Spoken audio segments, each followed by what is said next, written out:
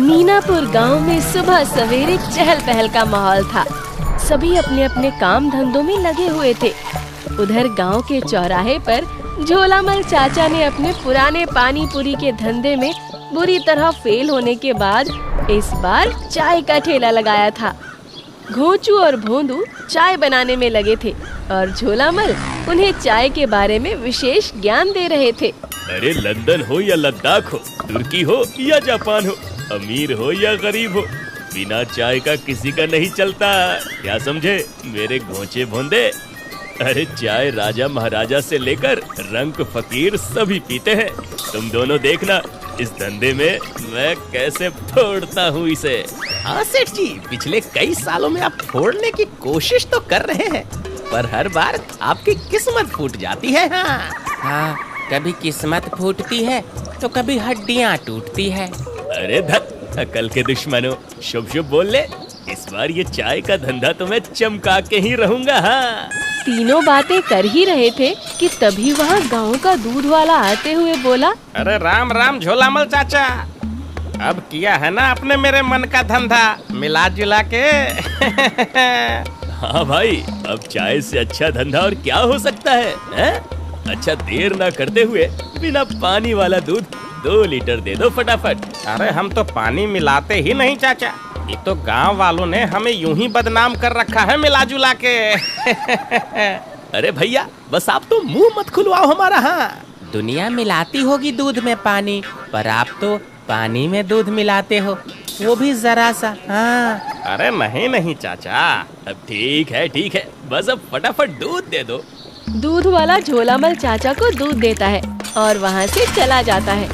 उधर गांव की चौपाल में कबरीलाल, मुकाबला सिंह, साइंटिस्ट पगला और टकला प्रसाद आपस में बातें कर रहे थे। उड़ी बाबा, हमको उड़ता उड़ता खूब और लोगा है। गांव में एक दुबई का शेख आने वाला है और वो गांव में कुछ इन्वेस्टमेंट करना चाहता है माछ खा के। अरे खबरी भाई, मुन्ने तो शेक बहुत पसंद है, फिर वो मिल्क शेक हो या फिर खजूर शेक। अरे अकल के दुश्मन पहलवान, वो पीने वाले शेक की बात नहीं, ऊंट वाले शेख की बात कर रहा है सिर मुड़ा के। अयो जी, ऊंट वाले शेख के पास तो बहुत पैसा होता, उसको तो हम अपना अगला प्रोजेक्ट में पार्टनर बनाएगा जी। जैसे ही शेख की बात उन लोगों ने सुनी, उनके दिमाग में शेख के पैसों का लालच बैठ गया। सभी अपना दिमाग दौड़ाने लगे और मन ही मन सोचने लगे, उड़ी बाबा, ये तो लो की चांस है। हम अपना खुद का न्यूज चैनल खोल सकता है उस शेख को पटा के। अरे किसी को भी ना बहकाने दूंगा उस शेख को। मैं सबसे पहले उससे मिलकर उससे अपना बिजनेस पार्टनर बनाऊंगा। गांव में करारा अंग्रेजी वाला जिम खोल दूंगा। ओए टकले, यही सही मौका है, शेख को अपना साथी बना ले और सरपंच को उसकी गद्दी से उतार के खुद सरपंच हो जा सिर मुड़ा के। जैसे ही उनके दिमाग में ये प्लान आया, सभी कोई ना कोई बहाना बनाकर वहाँ से निकल लिए ताकि आने वाले शेख से अकेले ही मिल लिया जाए। मगर वो शेख कहाँ था, कब आने वाला था, ये खबर सच्ची थी या झूठी, किसी को कुछ भी नहीं पता था।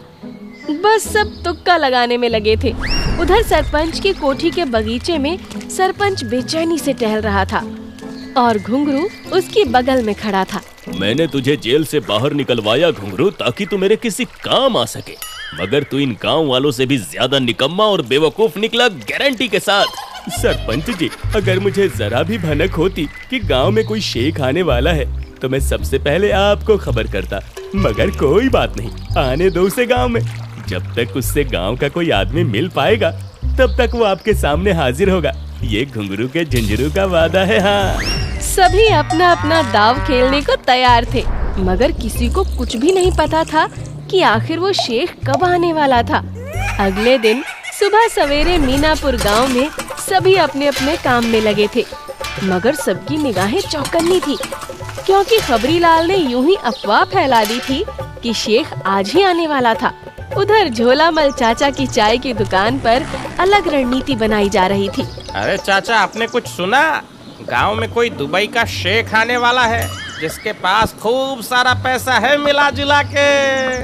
अरे भैया, पैसा तो गांव के सरपंच के पास भी है, पर उस पैसे से हमें क्या? अरे नहीं पगले, वो गांव में अपना बिजनेस पार्टनर ढूंढने आने वाला है ताकि रुपये को रियाल में बदल सके। हाँ। अरे ऐसे कैसे रुपए को रियाल में बदलेगा? हैं? हम उसके रियाल को ही रुपए में बदल देंगे। रोज सुबह होते ही गांव में खबरीलाल हल्ला मचा देता था कि आज दुबई का शेख आने वाला है। अब गांव वाले उसकी बात को अफवाह ही समझते थे। अरे ये खबरी रोज की ही झूठ बोला सा, कोई शेख ना रहा गांव में। अयो नहीं जी, वो नहीं आएगा तो मेरे प्रोजेक्ट पगला का क्या होगा जी? अरे आना होता तो कब का आ गया होता भैया।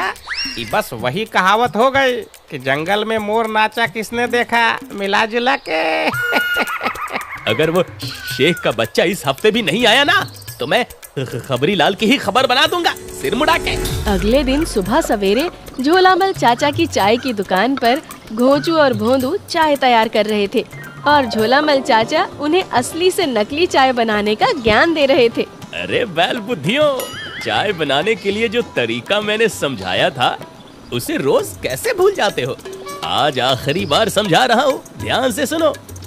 1 पाव दूध में मिलाओ आधा पाव अरारोट, अब दूध बन गया 1 लीटर। फिर जो कल चाय की बची हुई चाय पत्ती थी उसे सुखा के इस्तेमाल करो और अदरक और इलायची के छिलके का पाउडर डालकर बनाओ खूब गाढ़ी चाय। लागत 1 रुपए और मुनाफा 9 रुपए, क्या समझे? समझ गया सेठ जी, इसका नाम तो वाई रखना चाहिए। आए, ये वाई कैसा नाम है? अरे पगले, चाय की बहना वाई, सुना नहीं तूने? लोग बोलते हैं चाय वाई।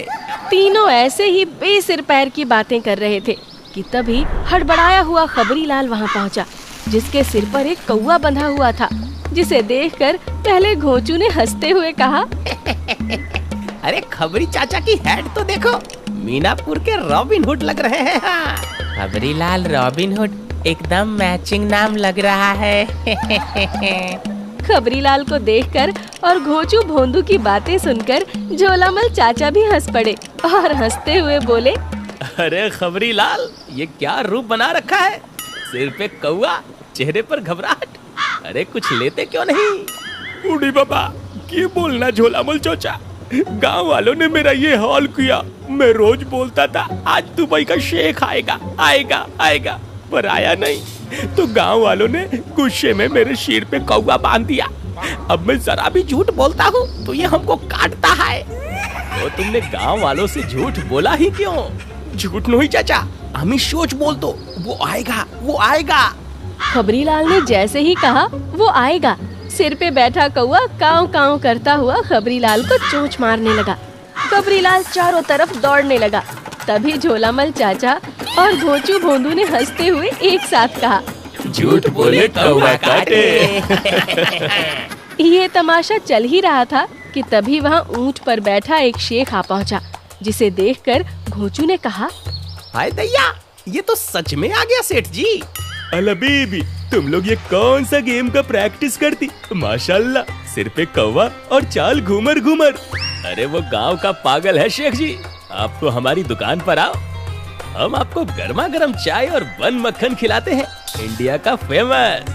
शेख के लिए झटपट टेबल पर कालीन बिछाई गई और झोलामल चाचा खुद ही स्पेशल वाली चाय बनाने लग गए। उधर कौवा कटवाते हुए जैसे ही खबरीलाल ने शेख को देखा, वो चिल्लाते हुए गांव की ओर भागा।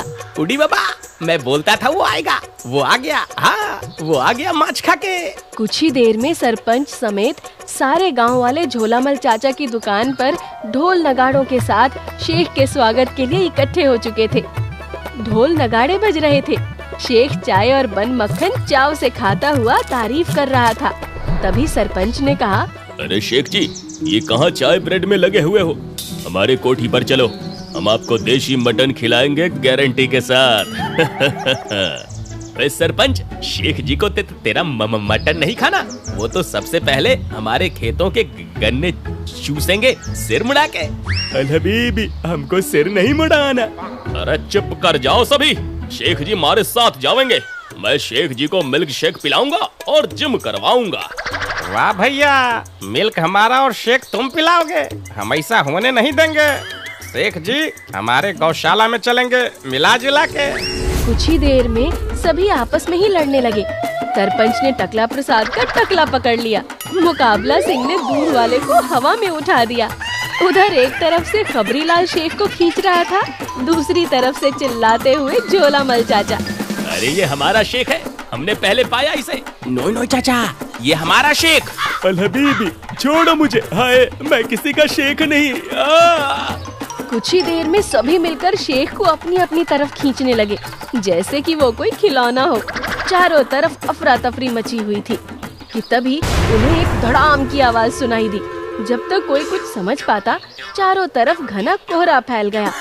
अब कोई किसी को नहीं देख पा रहा था।